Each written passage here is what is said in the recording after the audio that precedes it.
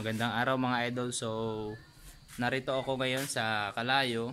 So papakita ko lang sa inyo yung sitwasyon ngayon dito sa Kalayo. So ayan guys, kung mapapansin nyo, halos puting-puti yung paligid. Ayan guys.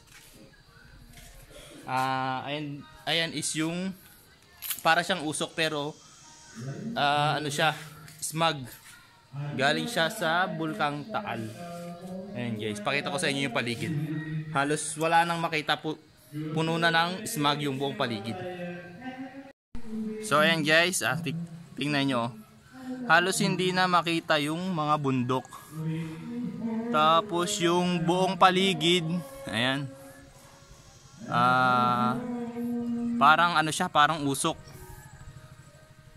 So ito yung smog galing sa Bulkang Taal. Ayan guys. Ayan, buong paligid, buong lugar namin dito sa Kalayo, punong-puno ng smog. Ayan.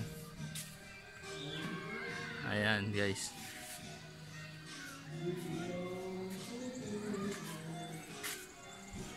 Ayan.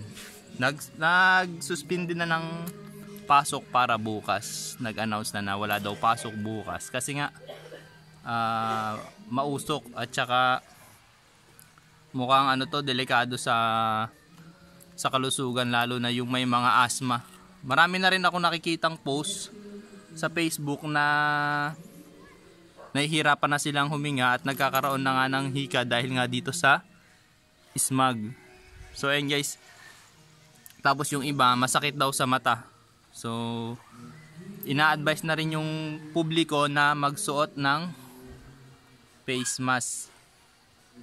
Ayan guys, kita nyo diba?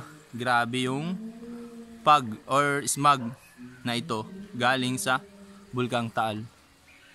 So ayan guys, ganito yung sitwasyon ngayon sa Kalayo, Nasugbu, Batangas. So ayan guys, update ko na lang ulit kayo sa mga pangyayari dito sa Barangay Kalayo tungkol nga dito sa smog na ito. Ayan, ingat ang lahat at siguro antabay tayo sa balita kung ano na nga yung nangyayari kay Bulkang Taal. So ayan guys, hanggang sa muli, ingat tayong lahat.